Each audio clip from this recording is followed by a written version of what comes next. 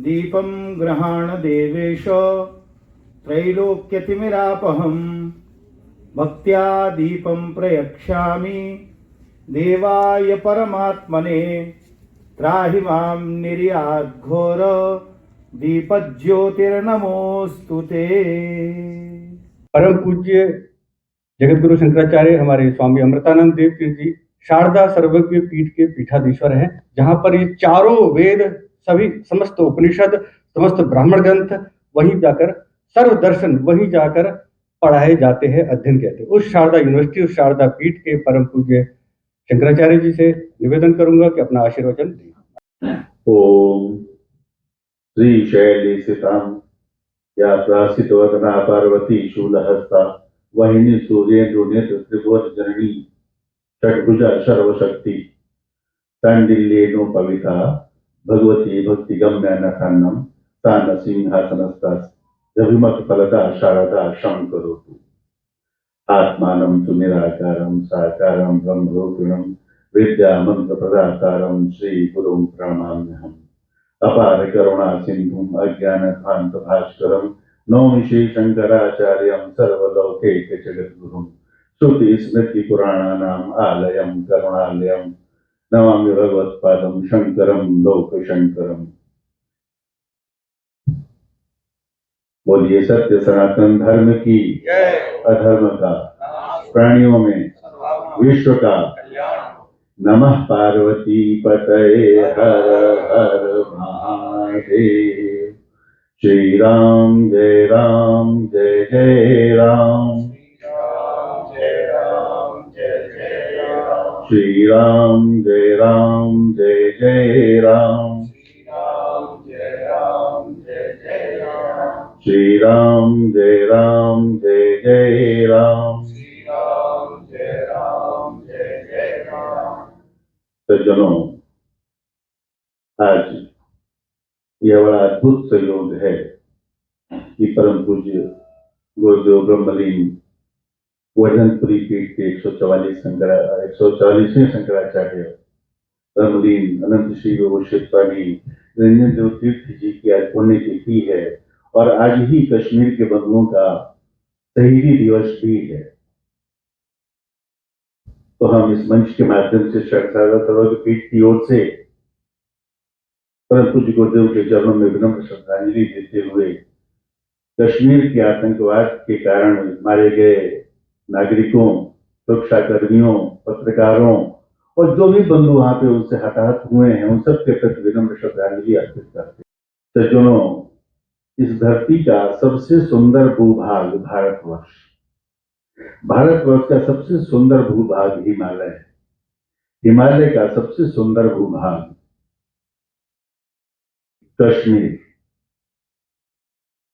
जहां पर श्री की देवी विराजती हैं, इसीलिए उसको श्रीनगर कहा जाता है। महाभारत काल में भी कश्मीर का नाम कश्मीर ही था और आज भी कश्मीर ही है। जिस कश्मीर की राजधानी श्रीनगर है, उस पर कभी भी धर्म का ह्रास नहीं हो सकता, क्योंकि कश्मीर तात्कालिक रूप से आक्रांत है, लेकिन स्थायी रूप से सनातन धर्म की पाठशाला विश्व की वही नहीं है। पूरे प्राचीन भारत में जो 16 जनपद, 16 महाविश्वविद्यालय थे, उन महाविश्वविद्यालयों में 15 जो थे वो बौद्ध प्रभाव में आके कुंठित हो गए थे। एकमात्र शारदा विश्वविद्यालय था जहां पर सनातन परंपरा कभी अक्षुण्ण रही, कभी खंडित नहीं हुई। वही शारदा पीठ है जो जगत गुरु की उपाधि से अलंकृत करती है, अवार्ड करती है। डिग्री पूरे विश्व में एक ही स्थान है जहां पर आरोहण करने के पश्चात किसी भी व्यक्ति को जगत गुरु की उपाधि दी जाती रही है।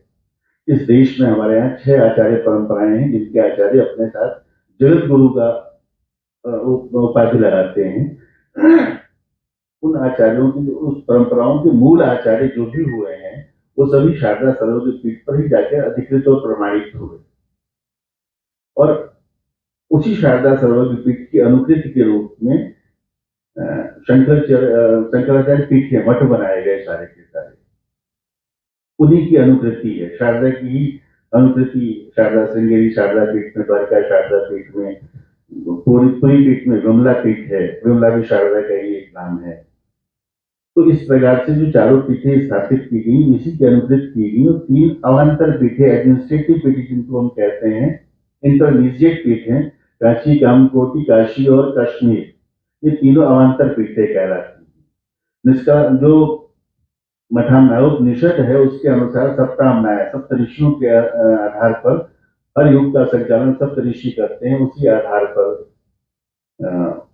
इस धार्मिक संचालन, धार्मिक दिवस के संचालन के लिए आदि शंकर भगवान ने सप्तामनाय की व्यवस्था की। अब विद्वानों के मतभेद है, वो कुछ लोग 3 अवान्तर पीठें कहते हैं, वो इस लोक में नहीं है, पृथ्वी पर नहीं है। हम कहते हैं कश्मीर जो है वो स्वर्ग लोक कहते हैं और उसका पीठ मानना ही पड़ेगा, वो स्वर्ग लोक में है। तो कश्मीर की पीठ को मान्यता देकर के, और यहाँ संक्षेप में जानकारी देना बहुत आवश्यक होगा कि कश्मीर का जब विलय हुआ भारत में तो उसका आधा हिस्सा पाक अधिकृत कश्मीर कहलाता है, जिसको अनाधिकृत रूप से पाकिस्तान के लोगों ने कब्जा कर लिया। उसके बारे में भारत की संसद ने 22 फरवरी 1994 को संसद में सर्वसम्मत से एक प्रस्ताव पास किया कि पाक अधिकृत कश्मीर हमारा अभिन्न भूभाग है और हम उसको किसी भी कीमत पर वापस लेके रहेंगे। बहुत समय तक ये प्रस्ताव जब कार्यान्वित नहीं हुआ, जब भी कहीं कोई ऐसी संकट की स्थिति आती है तो देश के विद्वत जन इसका बाहर निकालते हैं। तब काशी विद्वत परिषद ने यह निर्णय लिया कि जब तक उस पीठ पर किसी शंकराचार्य को स्थापित नहीं करेंगे तब तक उस पीठ के विषय में कभी भी आगे कोई प्रक्रिया नहीं बढ़ पाएगी। इसलिए मुझे आग्रह करके विद्वत परिषद ने 2003 में मुझे अभिषिक्त करके वो दायित्व दिया। उसके पश्चात 2013 में 15 मार्च 2013 को भारत की संसद ने फिर से सर्वसम्मति में से यह प्रस्ताव पास किया कि पाक अधिकृत कश्मीर हमारा अभिन्न भूभाग है, हम उसको वापस लेके रहेंगे। अब सज्जनों, यहाँ पे बात यह है कि संकल्प लेने से तो पूरा होने वाला नहीं। इस भारत का इतिहास रहा है कि यहाँ जब क्रांति हुई, जब कोई नया बदलाव हुआ है, उसके मूल में धार्मिक भावनाएं ही रही हैं।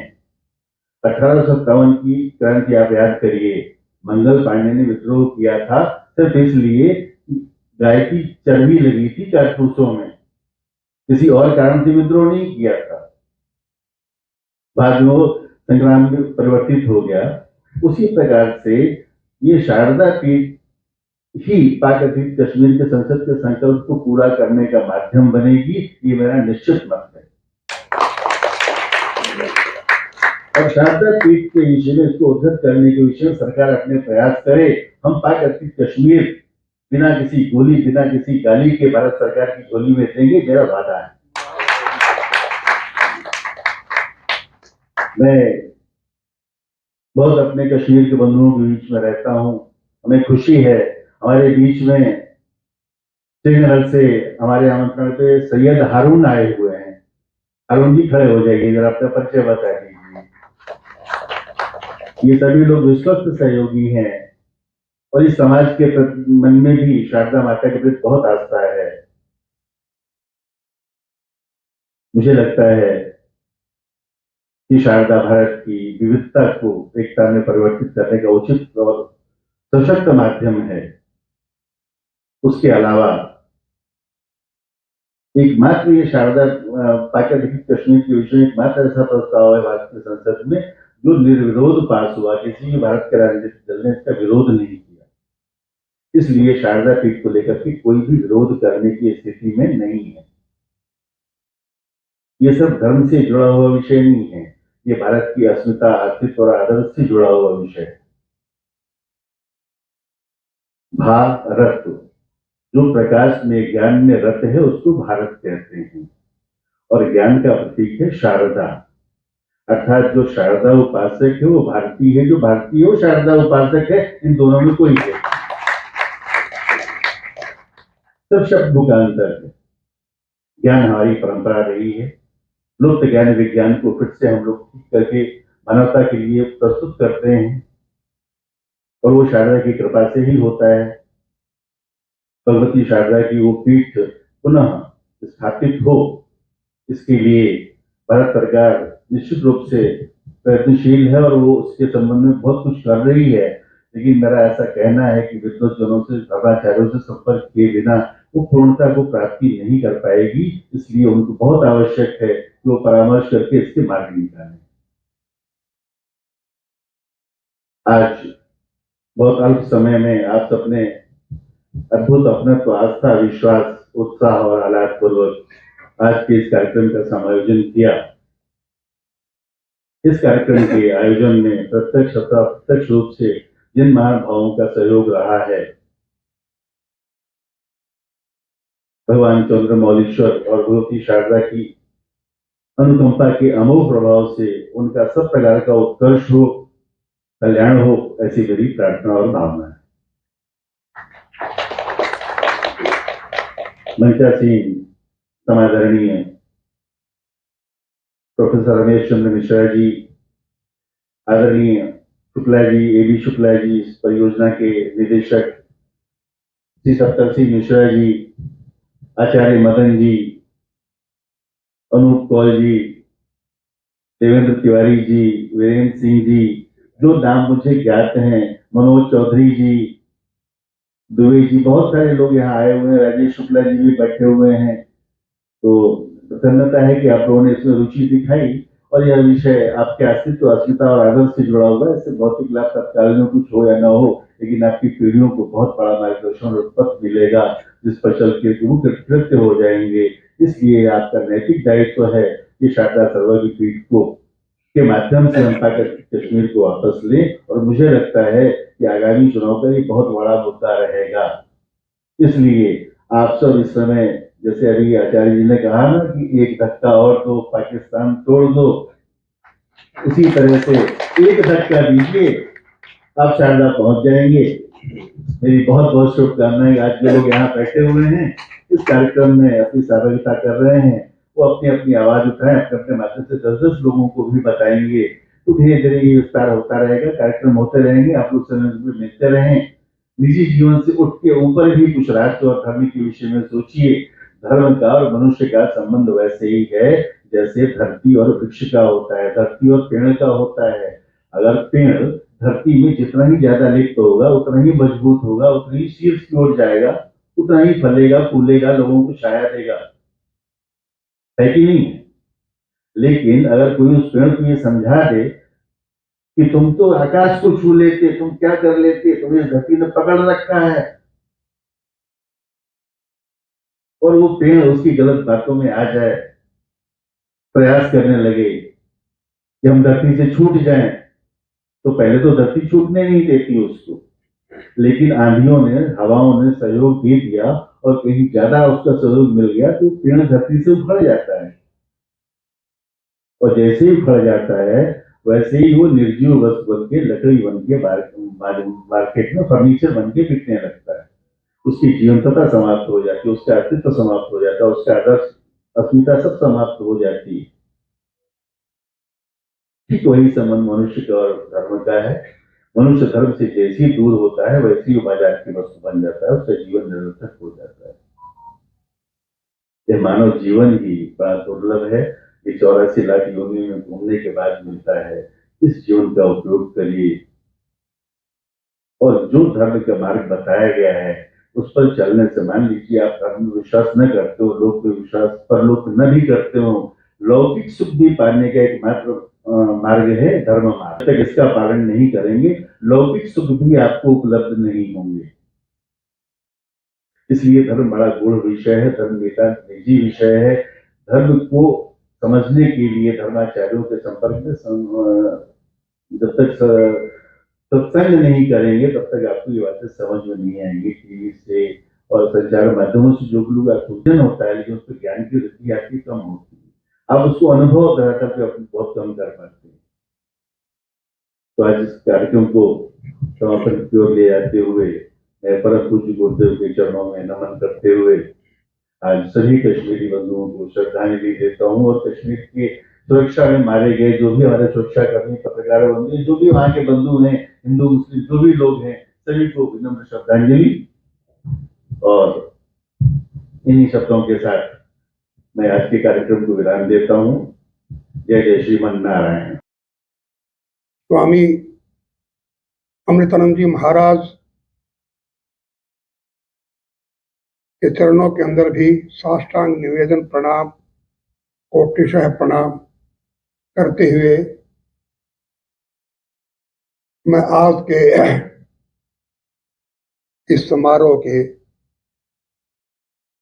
व्यवस्थापक आचार्य मदन जी का हार्दिक अभिनंदन इस बात के लिए करता हूं कि उन्होंने एक ऐसी देश की विस्मृत, भूली हुई, खोई हुई शक्ति को पुनः जीवित, जागृत, सम्मानित और जन जन के अंदर वंदनीय करने के लिए इतना बड़ा समारोह भारत सरकार के मंत्रालय के माध्यम से किया है।